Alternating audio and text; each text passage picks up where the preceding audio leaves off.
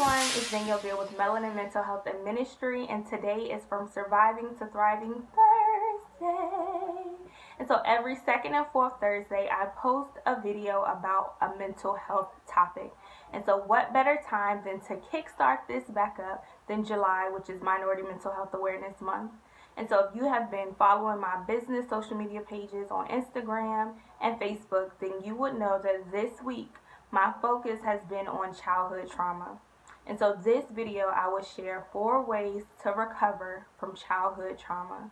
The first thing, educate yourself. And so this is so important because education is a tool for liberation. Research, read, connect with Black mental health advocates on social media, in the community, and really understand what unhealthy and healthy family dynamics look like. And so in the Black community, we've normalized a lot of dysfunction. And so we have this unwavering sense of loyalty when really it's self-betrayal. Loyalty is not how well you're able to take pain. And so no, that's not loyalty, that's self-betrayal. And so the more that you know and understand about mental health, the more that you're able to identify it in yourself and also others. Number 2, acknowledge your feelings. Huge. And so many of us have been forced to suppress our feelings so that we can focus on survival. And so it is not normal to be called out of your name or denigrated by your parents. It is not normal. No matter how many hashtags we come up with, it is not normal. It is unhealthy. How about that? It's unhealthy. And so I saw this post on social media, and I pretty much paraphrased it a little bit, so I'll share it with you. Okay, let's get it. So you don't have to choose between knowing your parents did the best they could and being honest about the pain they caused. You can do both. Healing makes it so that you can see their side without abandoning your own. Major key. And so number 3, commit to doing the work. And someone may be wondering, what does that mean? And so explore therapy options. I saw another post on social media and it said, I'm working on me because sometimes I'm the problem. Hello, that's real. And so when you have experienced childhood trauma, those experiences shape your belief systems. It shapes how you respond. It shapes how you act, what you have normalized, and the way that you treat others. And sometimes we develop those characteristics that we despise in others, and we may become manipulative subconsciously because that's all that we know. We may not actually know how to communicate our needs and to ask for the things that we need, and so we find other ways to do that which are unhealthy, and those ways may be unhealthy. And so commit to doing the work, explore therapy, and I'll be honest with you, therapy is not easy, and I will not paint a picture that's a lie. No, there are days when you go to therapy and you leave out emotionally heavier because you are forced to face your trauma, yourself, your pain, your experiences. You are forced to look in the mirror, and that is hard work. It is hard, but it is necessary so that you can break the cycles. And so a previous pastor said something, I never forget this, blessed my whole entire life, said there's no easy way to do hard stuff. And so commit to doing the work. No one else can do it for you. Healing is hard. Healing is hard. That's why a lot of people choose to stay broken. It's hard work. So commit to doing the work. And lastly, number 4, set boundaries. And so someone may be saying, what are boundaries? And so think of a boundary as a gate, not a wall. So you're not creating a wall that people have to jump over. No, people shouldn't have to jump through hoops.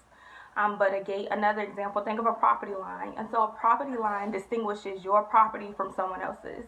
And so think about that space, that bubble, period. Like, okay, don't cross this. Nope. And so I'm going to be honest with you. I didn't have any boundaries 2 years ago. It wasn't until I came in contact with someone who became a really close friend of mine, and he was not playing about his boundaries, period. And I'm like, what is a boundary? I would get upset. I was frustrated. Like, what is this? Giving me limits. And so I didn't realize that part of me was unhealthy. It's unhealthy to not have boundaries because boundaries are a way to respect yourself and other people as well. And so, again, speaking of those boundaries, I would say like, I'm unfiltered. I don't got no filter. No, girl, you don't got no boundaries. Like, you need some boundaries, okay? You can tell people no. Um, mm-mm. This is for you and the other person, period. And so I just want to express that loving people does not mean that you cannot set a boundary. You are not required to subject yourself to the destructive behaviors of others in the name of love, parents included. Set the boundaries. I also saw a post that said, you don't have to set yourself on fire to keep someone else warm. And so that's real. Set boundaries, they are important. And I just wanted to share with you that I'm not sure your experiences or if you were a recipient of childhood trauma. A lot of people are hurting, and so hurt people, and the cycle continues until someone is willing to do the work. And so, how a parent treated you as a child is not a reflection of who you are, it is a reflection of their own childhood experiences. It does not make it okay, but just understand that a lot of people don't even realize that they are operating this way because it's the only way that they know. This is how it was passed on to them, and so they're repeating those behaviors. But guess what, boo? It can stop with you. The cycle stops now. Let your testimony be, it ran in the family until it ran into me. Okay? So yes, I want to encourage you to begin your journey towards healing if you are ready. There's so much more to life once you begin to heal. You will shift from surviving to thriving. It's time for you to truly live the life that God desires for you. And it's not based on survival mode. It's not based on a place of thinking that people are out to get you or thinking that you have to set walls so high that people just cannot climb over. And so this is a journey of healing. So if you have any questions, please comment below. Let me know your thoughts. Holla! I guess it's time for me to dance. Get into this raw coil natural look or whatever. From surviving to thriving. I need a theme song, y'all.